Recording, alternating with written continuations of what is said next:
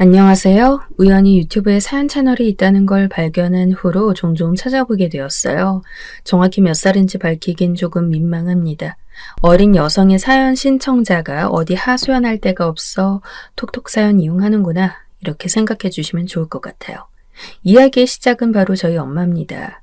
엄마는 일남 일녀 중 둘째였어요. 위로 오빠, 그러니까 저한텐 외삼촌 되시는 분께서 계셨고요. 두 분이 2살 차이가 나요. 저희 엄마는 오로지 딸이라는 이유 하나만으로 집안에서 모진 멸시와 차별과 학대를 받으며 자라는 사람입니다. 반대로 외삼촌께선 외할머니로부터 특별 대우와 남다른 대접과 사랑을 독차지하며 자라는 사람이고요. 저희 엄마가 세상에 태어났을 때 외할머니는 기뻐하지도 않으셨대요. 우리 첫째가 아들이었기에 망정이지 왜 재수없게 딸이 태어났대. 내가 그렇게 아들을 또 얻길 기도했는데 에휴, 전혀 예쁘지도 않다. 예쁘지도 않아. 외할머니께서는 결혼 극초반에 엄청난 시집살이를 겪으셨던 분입니다. 그런데 아들을 출산하신 이후로 받으셨던 대접이 많이 달라졌나 봐요. 그때 체감을 하셨던 거죠. 아들 낳는 게 크나큰 공로를 세우는 것임을 말이에요. 게다가 외할머니께선 6자매였어요. 여자만 득실거렸던 집안에서 태어나 자랐던 분인 거예요. 외할머니께서는 당신도 자라는 동안 집안에 남자가 없어서 암탉만 울어서 재수없는 집이다 이런 소리 많이 들으셨대요. 그런 마당에 결혼하고 나시니까 시집살이 당하게 되었고 아들 출산하면서 받는 대우와 느껴지는 시선이 달라지자 완전히 삐뚤어진 사고방식을 갖게 되신 모양이었죠. 삼촌 생일이면 동네 떠나가랴 모든 사람들이 알게끔 시끌벅적하게 축하를 해주셨지만 엄마 생일엔 아무것도 없었다고 합니다. 그렇게 눈에 띄는 차별을 아무리 어린 나이였다 해도 저희 엄마가 모르실 순 없었겠죠.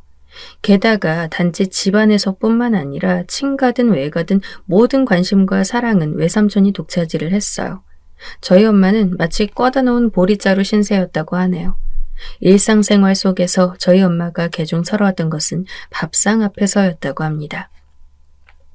어디 감히 네 오빠가 먹을 반찬에다 손을 대는 거야?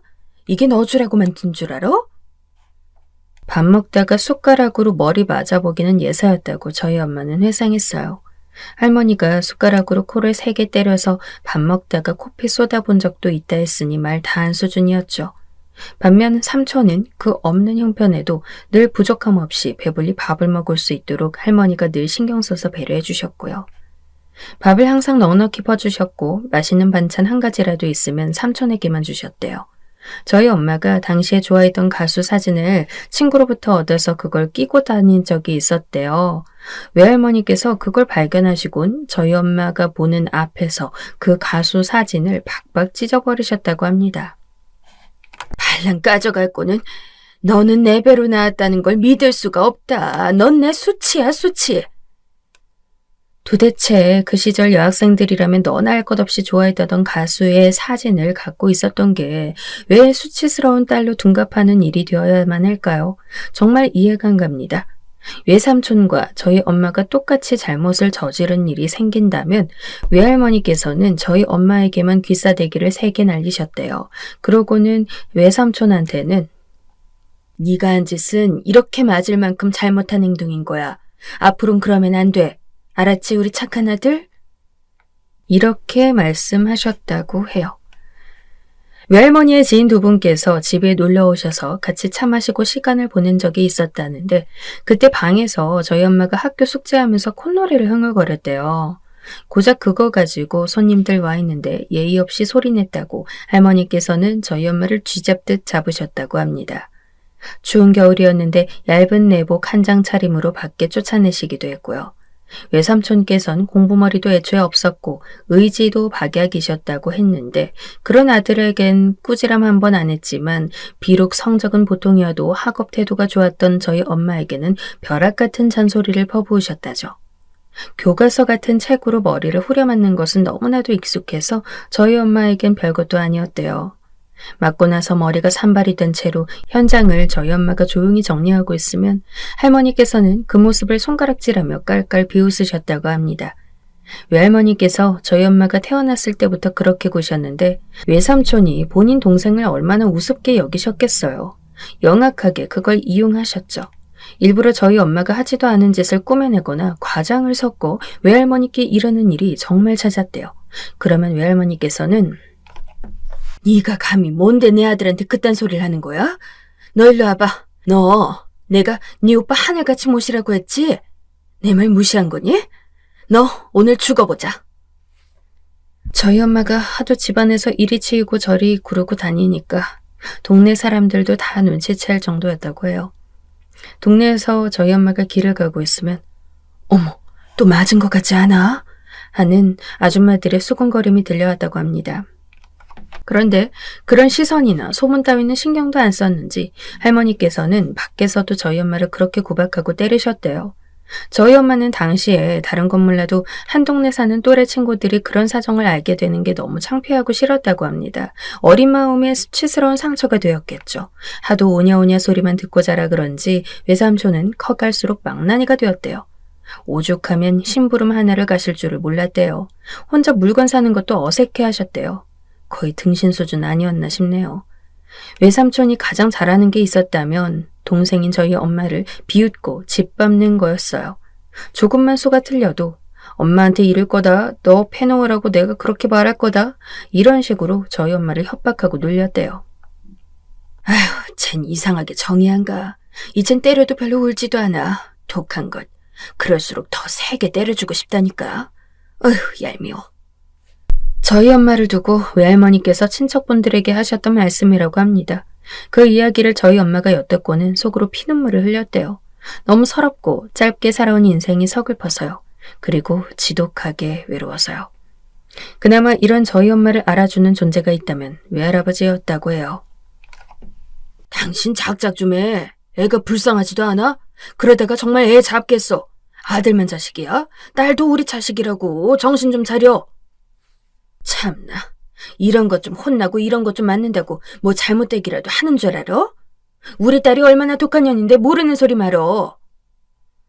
하지만 외할머니께서 워낙 악랄한 분이셨던 데다가 가장으로서 고된 일과를 보내고 계셨던 당시 할아버지께선 가정에 깊은 관여를 하실 여력이 전혀 없었던 모양이었나 봐요.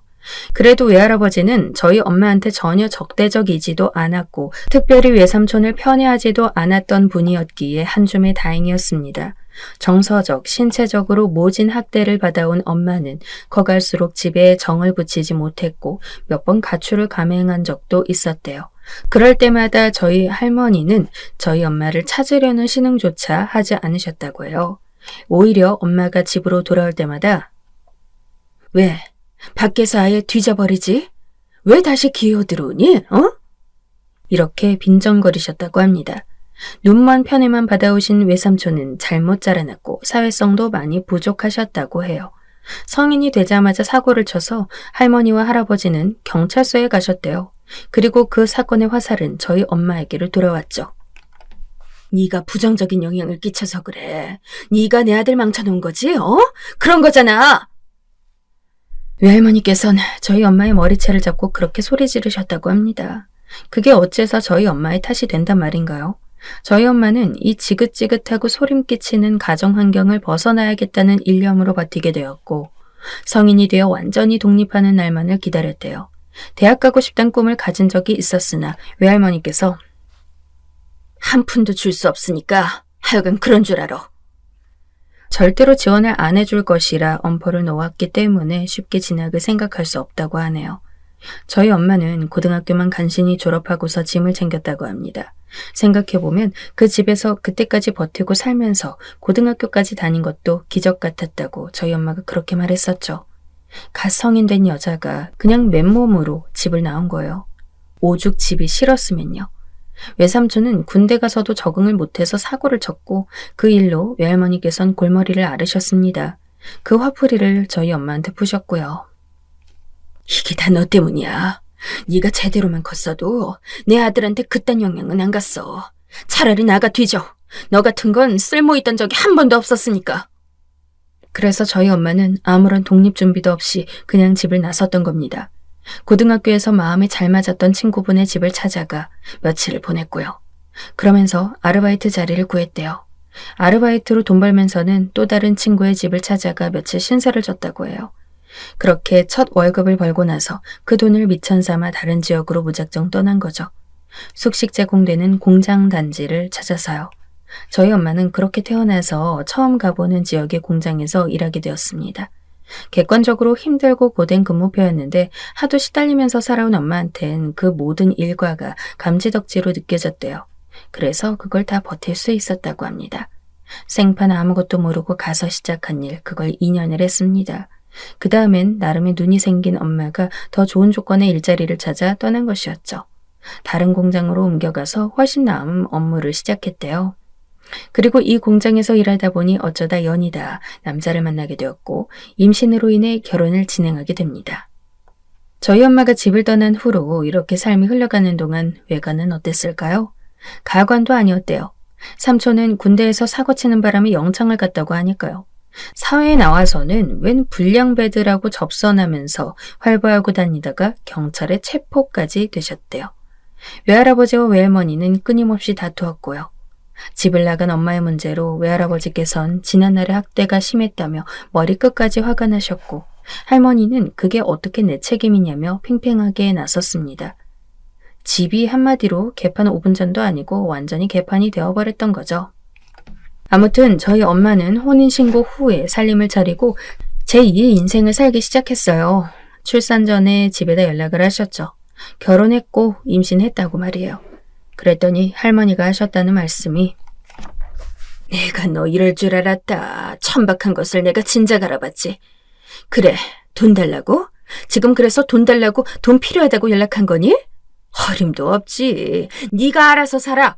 어디 국어를 하려 들어? 저희 엄마가 꺼낸 적도 없는 돈 얘기를 하면서 역정을 내신 거예요. 그것 때문에 저희 엄마는 또 한 번 눈물을 삼켜야만 했고요. 집안 형편이 너무 안 좋고 가족사가 복잡해 부모님과 인사시켜드리기 어렵다고 저희 엄마는 결혼 상대에게 그런 식으로 둘러대야만 했습니다. 달수가 차서 뱃속에 품고 있던 아이가 태어났고 딸이었습니다. 그렇게 태어난 생명이 바로 저였죠. 아빠의 집안, 그러니까 제 친가는 그렇게 잘 사는 집이 아니었어요. 하지만 외가의 상황에 비하면 살짝 더 경제력이 나은 수준이었죠. 아빠는 일남이녀 집안의 둘째였습니다. 집에서 굉장히 아들 대접받으며 자라오신 분이었고요. 원래 단칸방 수준의 집에서 살다가 저 태어나고 나서 작은 빌라로 이사를 가셨던 거예요. 저의 기억은 바로 이 빌라에서 시작되었네요. 여기로 이사 갔을 때 엄마가 무척 기뻐했었대요. 너무 좋아서 그랬는지 집에 연락을 했다고 합니다. 아이를 낳고 이사까지 한 소식을 친정에도 전하고픈 마음이었겠죠. 뭐? 딸을 낳았다고? 하여간 능력 없는 년. 아주 한결같아. 징글징글해. 그런데 외할머니는 이렇게 반응하신 게 전부였다고 해요. 정말로 한결같은 건 엄마가 아니라 바로 외할머니였던 것 같아요. 변함없이 늘 징글징글한 분이었으니까요. 할아버지 혼자서 엄마를 보러 오셨다고 하네요. 아빠와 따로 두 분이서 술도 한잔 하셨다고요. 그리고 이때 저희 엄마한테 100만 원을 건네주고 가셨다고 합니다. 엄마는 그 돈이 너무나도 소중해서 한참을 끌어안고 있었대요. 그 돈 봉투가 다를까 싶어서 만져보는 것도 조심스레 했다죠. 분명히 애정결핍이 있었을 저희 엄마. 시간이 좀 흘러 어느 날 할머니로부터 연락을 받게 됩니다. 한번 저희 엄마 사는 걸 들여다보고 싶다면서 주소를 불러달라고 할머니께서 그런 말씀을 하신 거예요. 저희 엄마는 이게 무슨 일인가 싶어 내심 기대를 했대요. 손녀딸을 보러 오시는 거라고 철석같이 믿었고요. 하지만 그건 엄마의 착각이었죠. 귀한 우리 아들, 하늘 같은 네 오빠, 이제 곧 결혼하게 됐다. 네가 뭐 보탬이 되어야 되지 않겠니? 돈 있으면 좀 줘봐. 있는 거 있으면 싹 다 내놔 보라고. 이건 나중에 밝혀진 사실이지만 외삼촌이 웬 꽃뱀한테 잘못 걸려 사기 결혼을 당하게 된 것이었죠. 전부 다 뜯겼고요. 하지만 이때는 아직 몰랐던 시기였고 저희 엄마는 넋이 간 채 낮잠을 자다 깨서 울고 보채는 저를 달래는 한편 멍하게 외할머니를 바라보셨다고 해요. 수년 만에 본 자리에서 오직 외삼촌 타령만 하며 손녀딸에겐 따뜻한 눈길 한 번 안 주는 외할머니 모습에 엄마는 그 순간 소름이 쫙 돋아났다고 합니다. 이제 알겠어. 내가 내 배로 내 자식 내 딸을 낳아보니까 이제 알겠다고요. 그래서 엄마는 그 오랜 세월 억눌려왔던 한을 분출해냈다고 해요. 알긴 뭘 알아? 이게 미쳤나? 어디서 큰 소리를 쳐? 어떻게 자기가 낳은 자식한테 그렇게 굴 수가 있었어요? 당신은 부모 자격 없어. 당신은 사람도 아니야. 이 괴물. 당신한테서 태어난 게 너무 치욕스럽고 저주스러워. 그전까진 몰랐죠. 그냥 난 처음 태어났을 때부터 그렇게 등신 취급받으면서 사는 게 숨쉬듯이 자연스러웠으니까. 하지만 내가 내 아이 낳아보니까 알겠어. 당신이 얼마나 추악하고 더러운지. 뭐라고? 이것이 낳아주고 먹여주고 다 길러줬더니 그거 나니까 이렇게 지 애미도 못 알아보고 막말을 늘어놓네? 누가 내 애미란 거야? 웃기시네. 난 엄마 없어요. 당신은 내 엄마 아니야. 그냥 꺼져줘요. 욕도 아까워. 얼굴 보는 것만으로도 견딜 수 없이 구역질이 나. 그러자 폭발한 외할머니께서 손찌검을 날렸고 엄마도 맞섰습니다. 난리통이 이어졌고 귀가한 아빠가 그 광경을 목격하게 되었죠. 그제서야 외할머니께선 진정을 하시더니 가방을 챙겨 휙 나가버리셨대요. 어렸던 저는 구석에서 엉엉 울고 있었고 그 엉망진창인 현장의 이유를 아빠는 물어보지 않을 수가 없었죠. 엄마도 털어놓지 않을 수 없었습니다. 그제서야 엄마는 기나긴 이야기를 시작했어요. 기억이 닿는 가장 어린 시절부터 지금까지 외할머니에게 어떤 취급을 받으며 살아왔는지를 말이죠. 모든 이야기를 듣고 아빠는 너무 놀라 설마 이게 다 진짜 실화일 거라 믿어지지 않았다고 합니다. 그만큼 경악스러운 일화가 너무 많이 있었으니까요. 밤새도록 맞은 적도 있고 배를 맞아 토한 적도 있고 주먹으로 얼굴을 맞아 이가 깨진 적도 있었다고? 그게 다 가능한 일이야, 정말로? 오죽했으면 그 당시 저희 엄마가 한참을 엉엉 울면서 괴로워했던 과거 이야기를 꺼냈는데도 아빠가 정신이 다 혼미해서 얼이 빠져 있었대요. 아빠로서는 살면서 한 번도 상상조차 못해본 비현실적인 일화들이었으니까요. 아빠는 너무 깜짝 놀라서 크게 충격받았고 어렸던 저는 할머니가 다녀가셨던 게 무서워서 한동안 자다 깨서 울고 이때 이후로 저희 엄마는 완전히 작정하고 외할머니와 절연하기에 이릅니다. 어린 딸, 저를 보니 도저히 안 되겠다는 결심이 서더래요. 그 추악한 과거의 줄기를 잘라내지 않으면 저를 맨정신으로는 키우지 못할 것 같은 그런 불길한 예감이 들더래요. 그래서 외할머니를 독하게 끊어내었던 것이죠. 20년 넘게 온갖 정서적, 신체적으로 수모를 당해온 엄마의 깊은 상처를 아빠는 불쌍히 여겨주었다고 합니다. 한동안은 엄마를 향한 아빠의 말버릇이 저런 가엾은 사람이었대요. 엄마는 제가 초등학교 들어가기 전 임신을 했다가 유산이라는 아픔을 겪었습니다. 병원에서 태아의 성별이 아들이라고 했었대요. 그래서 할머니께서 크게 분노하셨었다고 합니다. 별 크게 쓸모도 없는 딸은 순풍 낳아놓고 떡두꺼비 같은 귀한 아들은 뱃속에서 잃어버려? 내가 정말 기도 안 찬다. 기도 안 차. 뭐 이런 해괴한 일이 다 있을까? 저는 어렸을 때였고 부모님이 유산에 대해 정확히 말을 안 해주셨기 때문에 몰랐죠. 이걸 나중에 알게 되었을 때 얼마나 참담했는지 모릅니다. 할머니께서 설마 그 시절부터 못된 분이었을 거라고 짐작하지 못했으니까요. 저희 엄마는 그때의 유산 이후로 몇 년 지나서 자궁 쪽 문제로 수술을 받았습니다. 이 수술 때문에 다시 임신하는 건 불가능이 되었고요. 저는 이것도 그냥 자궁 문제로 수술받아 그렇게 되었다 정도만 알았다가 나중에 전말을 알게 되었죠. 정말 기가 차는 내용이었어요.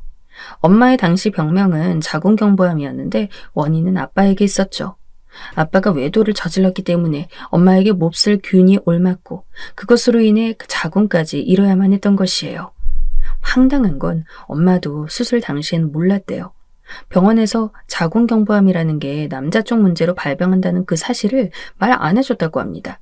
무지한 유부녀가 걸렸을 경우에는 괜히 가정 파탄나는 길로 갈까봐 병원 측에서 진상을 말 안 해주는 분위기가 당시에는 팽배했던 거죠. 수년 후에 엄마가 다른 문제로 병원에 가서 이런저런 상담을 받다가 그 사실을 알게 되었다고 합니다. 지독한 배신감에 휩싸인 엄마가 당장 아빠한테 따졌었대요. 바람 피워서 자기한테 균을 옮긴 거냐고요. 그런데 아빠가 한숨을 푹 쉬더니 이제 와서 뭘 어쩌라는 거야. 이제 알았으면 뭐가 달라져? 서로 기분만 상하는 거지? 이러면서 엄마한테 핀잔을 주셨다는 겁니다. 적반하장도 유분수로요. 저희 엄마가 자궁수술 이후로 할머니로부터 온갖 모욕적인 언사를 받아온 것 아빠도 잘 아셨을 겁니다. 눈이 있고 귀가 있는데 어떻게 모르겠어요. 뻔히 원인 제공한 범인이면서 모르쇠하고는 엄마가 당하는 고충을 그저 방관만 하셨던 거죠. 그러는 동안 엄마는 계속 할머니한테 시달리면서 점차 죄인이 되어갔고요. 저희 엄마가 얼마나 외롭고 힘들었을지 딸인 제가 그것을 못 알아준 것만 같아 그 세월이 깊은 회한을 느낍니다. 사랑하는 저희 엄마는 저를 키우는 동안 과거의 상처들이 되살아날 때마다 힘들어하기도 했죠.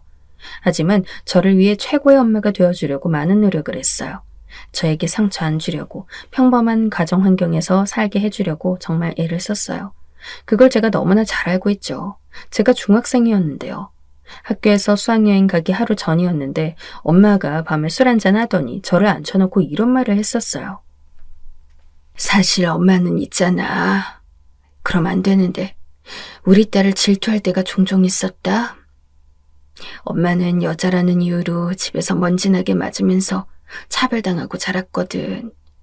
옷 한 벌을 번듯한 걸로 입어본 적 없었어. 그런데 외동이라서 누구랑 비교당할 일도 없고 부모로부터 과시당하지 않는 우리 딸의 평범한 일상 보면서 엄만 그게 참 부럽더라고. 난 왜 그렇게 못 살았나 이런 생각 들 때마다 미칠 것 같더라고. 괜찮다가도 가끔은 그럴 때가 있어. 엄마 참 못났지? 우리 딸 보기가 그래서 미안할 때가 많아. 저는 당시 한창 사춘기가 심할 때라 엄마의 그 눈물 젖은 진심을 보듬어주지 못했어요. 후회되는 것 중 하나예요. 외할아버지 외할머니는 진작 별거하셨고 저 초등학교 들어가고 나서 이혼하셨어요. 그리고 외삼촌은 사기를 한 차례 당하더니 도박으로 돈을 꽤 날렸습니다.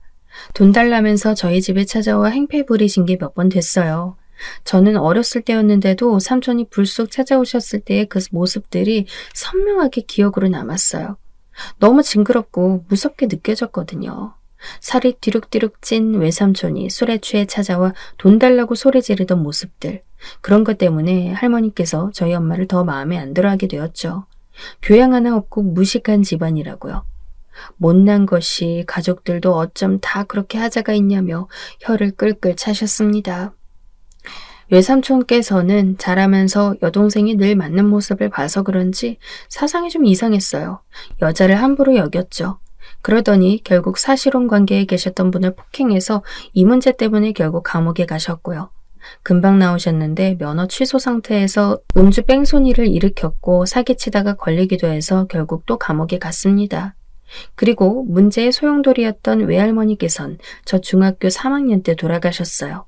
만약 살아 계셨다면 제가 외할머니라고 칭하지도 않았을 거예요. 비록 그리라도 말이죠. 돌아가셨기 때문에 나름 고인에 대한 예우 그리고 통쾌한 마음을 담아 호칭을 제대로 적어드리는 겁니다. 외할머니께서는 뇌출혈로 쓰러지셨는데 곁에 아무도 없었어요.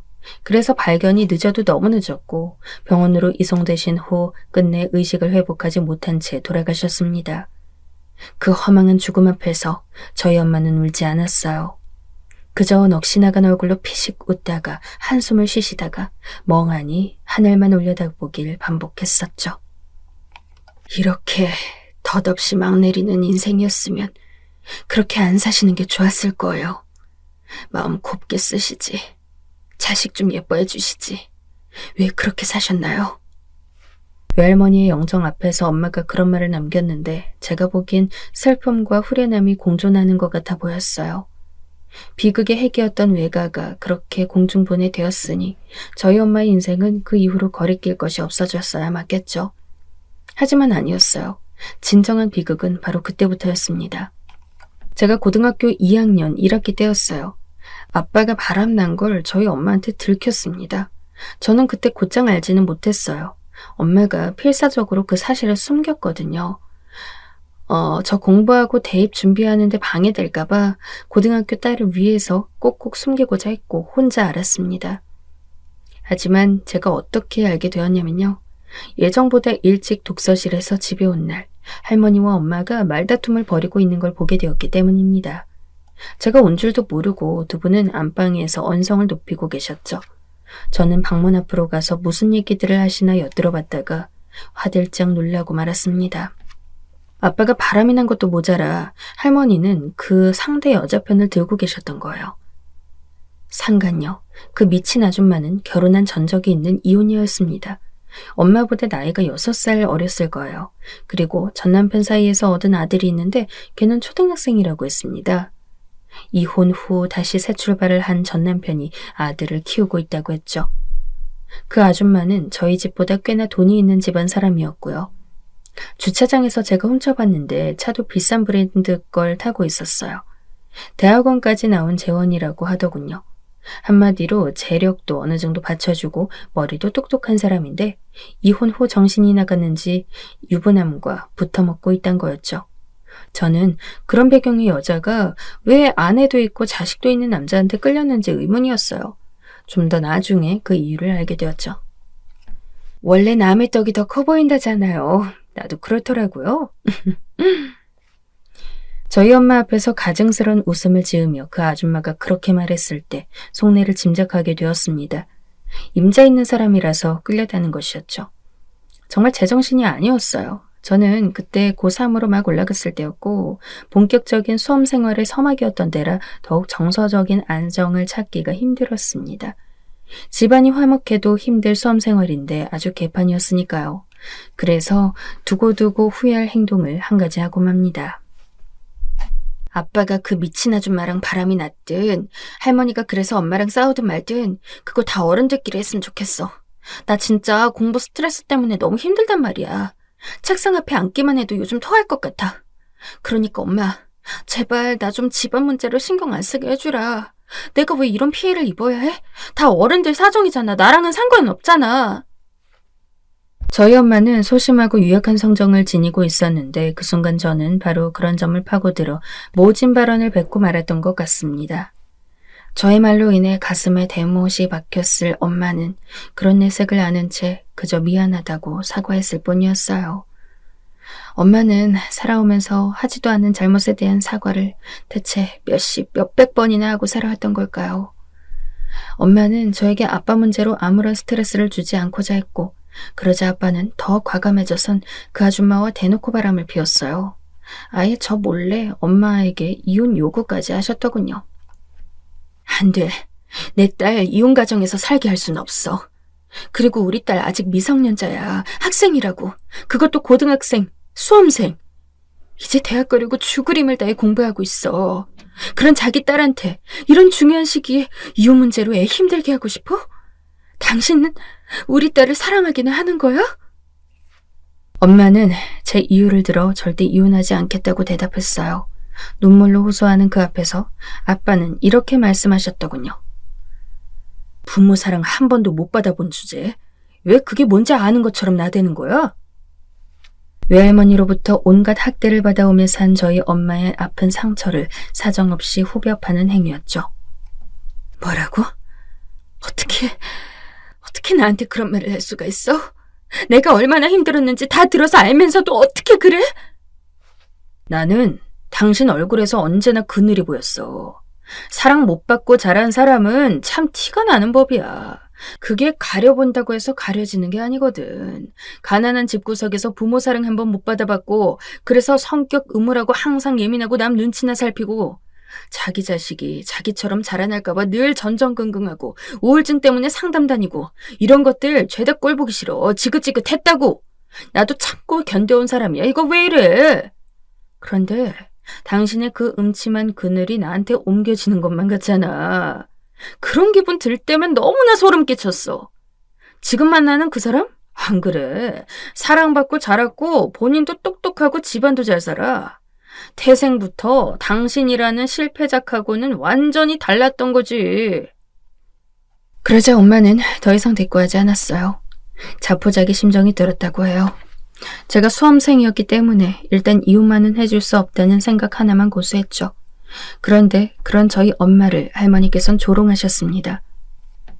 아들 꼬드겨서 일부러 임신하고 결혼해서 지금까지 잘 살아온 것만으로 넌 인생 성공한 거다. 이제 그만 살아도 되지 않겠냐? 내 아들 좀 놓아다오. 애초에 너 같은 천덕꾸러기가 넘볼 수 있는 존재가 아니었거늘. 그러면서 그 아줌마를 엄청 예뻐라 하셨어요. 제가 성인이 되고 나면 어떻게든 이혼시켜 아빠와 그 아줌마를 새 출발시킬 작정이셨죠. 저는 그 모든 일을 정확히 알지 못한 채 수험 생활을 하고 있었습니다. 저는 내신 관리를 마지막까지 잘 해냈고 남은 수능 시험에 집중했어요. 바야흐로 수능 당일이었습니다. 컨디션 조절을 위해 엄마는 제가 평소 잘 먹는 걸로 정성스레 점심 도시락을 싸줬습니다. 도저히 아침밥이 잘 넘어가지 않아서 그냥 계란찜만 퍼먹고 두유 한 팩 마시면서 수험장으로 갔고요.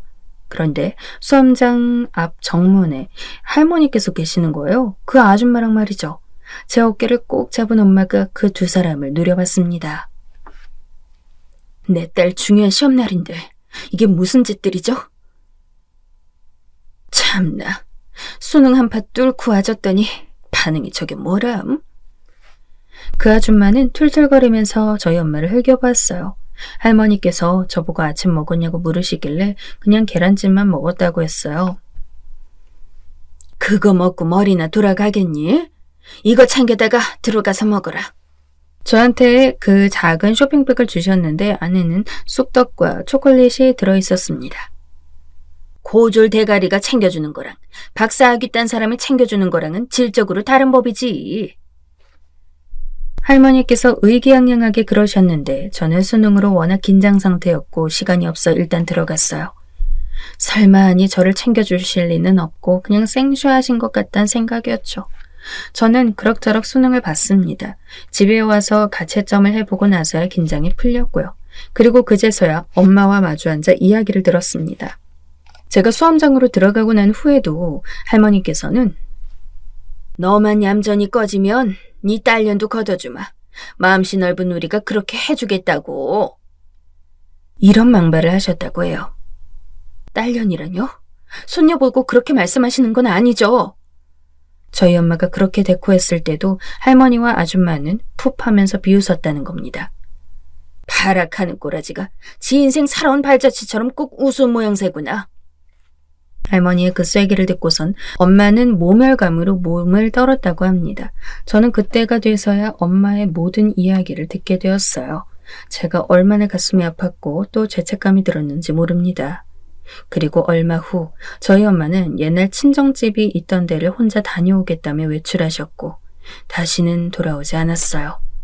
아주 먼 곳으로 혼자 여행을 떠났죠. 엄마의 죽음 앞에서 전 미친 사람이 되었습니다.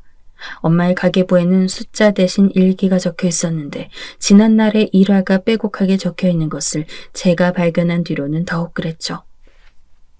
아니, 왜 갑자기 주제 파악을 잘하고 지랄을 해?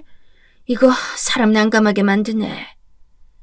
저희 엄마 영정 앞에서 그런 혼잣말을 남기신 할머니. 저는 그 모습을 보고 결심했습니다. 가만두지 않기로요. 한숨만 내쉬면서 미안하다는 말 한마디 하지 않고 침묵을 지키던 아빠. 수능 보고 난 뒤라서 다행이라 말하던 그 미친 아줌마. 모두 제가 응징하기로 했습니다. 저는 우선 돈을 뜯어낼 유량으로 대학 등록금, 생활비 지원 다 해달라고 했어요. 그렇게 저는 대학에 들어가 자취까지 시작하게 되었고요. 가장 먼저 한 일은 외할아버지께 연락한 것이었어요. 저희 엄마에게 조금이나마 도움되고자 하시는 마음이 있다면 절 도와주세요. 외할아버지께서는 아무것도 저에게 묻지 않고 무조건 그러겠노라 답변을 주셨어요. 저는 그 아줌마의 어린 아들이 다니는 초등학교에 몇 학년 몇 반 누구누구는 상가녀의 아들입니다 라는 전단지를 뿌렸습니다. 소문이라는 게 무섭도록 빠르게 퍼지더군요. 금방 난리가 났어요. 그때 엄청 화제였습니다. 그 아줌마는 저를 들들 볶으면서 네 짓이냐고 캐물었죠. 저는 제가 그랬냐는 증거 있냐면서 맞섰고요. 아무리 생각해도 너밖에 없어. 너 때문에 앞으로 난 내 아들 못 만나게 생겼어. 내 아들, 그 어린 게 무슨 죄가 있다고 그런 거야? 아줌마, CCTV에는 모자 쓰고 마스크 쓴 남자밖에 안 찍혔다면서요. 왜 자꾸 저한테 그러시는데? 그리고 세상에는 원래 잘못한 게 없어도 억울한 일이 생기는 거 비일비재예요. 몰랐어요? 그 아줌마 아들은 멀리 전학을 가야만 했고 그 아줌마는 완전히 정신적 타격을 입었죠. 그러는 동안 아빠의 직장 앞에는 외할아버지께서 가 계셨습니다. 몸의 앞뒤로 내 딸을 죽인 살인마가 이곳에 있습니다. 라는 팻말을 거신 채 말입니다. 아빠는 눈이 뒤집어졌죠. 저한테 왜 이러십니까? 대체 저한테 이러신다고 해서 얻으시는 이득이 뭔데요, 예? 하지만 할아버지는 요지부동이었고 결국 아빠는 얼마 못 버티고 윗선의 눈치와 압박에 못 이겨 퇴사를 하고 마셨네요. 제가 언론사에 외할아버지께서 그러고 계신 거 사진 찍어 제보했거든요. 이런 이슈가 있다고요. 보수적인 직장이었기에 그런 인터넷 기사가 나자마자 외부에서 부정적인 여론이 쫙 퍼진 모양이었습니다. 그래서 아빠가 그만두시기까지 했던 거죠. 저는 일부러 할머니께서 혼자 계실 때 찾아갔어요. 그리고 할머니의 지난 만행이 엄마의 일기장에 고스란히 남아있음을 밝히며 그 아줌마를 정신 나가게 만든 것도 아빠를 직장에서 쫓아내게 만든 것도 다 저라는 사실 역시 밝혔습니다. 예상대로 다혈질의 할머니는 바로 얼굴에 열이 올라 저한테 삿대질을 하고 소리 지르시며 난리 나셨고요. 그런데 어떡하죠? 저는 아직 다 안 끝났는데. 할머니, 오래오래 사세요. 그래서 제가 할머니 눈에 친히 흙 넣어드리는 것까지 다 보셔야 해요. 앞으로 제가 할머니 여생을 얼마나 망치는지 꼭 지켜봐 주세요. 저 열심히 노력할 거예요. 저는 방긋방긋 웃으면서 말씀드렸습니다. 그리고 정말 놀라운 일이 벌어졌죠. 저를 향해서 귀싸대기를 날리려던 할머니께선 스스로의 힘에 못 이겨 미끄러져 넘어지셨고 끄끄 소리를 내면서 신음하셨습니다. 벌써 주무시려고 누우신 거예요? 그럼 전 이만 가볼게요. 편히 쉬세요. 저는 쓰러진 할머니를 두고 집을 나섰습니다. 아주 태연하게요. 손은 벌벌 떨리고 있었지만 주먹을 꽉 쥐고 이겨냈습니다. 뒤늦게 아빠가 할머니를 발견하셨죠. 할머니께서는 목숨을 건지셨지만 후유증으로 말씀이 어눌해지셔서 의사소통이 어렵게 됐습니다. 그 아줌마는 자기 아들을 만나지 못하게 되었고 상심이 커서 아빠랑 헤어졌고요. 멀리 이사까지 갔어요. 아빠는 그 나이에 재취업이 쉽지 않아서 아직까지도 방황하는 중입니다. 할머니께서는 차라리 죽느니만 못한 상태로 지내고 계시고요. 저는 부양할 의무 없다는 이유로 두 분을 멀리했죠. 가끔 외할아버지랑만 연락하면서 지냈습니다. 대학 졸업 후에 막 취업을 한 상태인데 제가 어떤 가정사를 지니고 있는지는 주변 사람 아무도 모릅니다. 저만의 비밀이죠.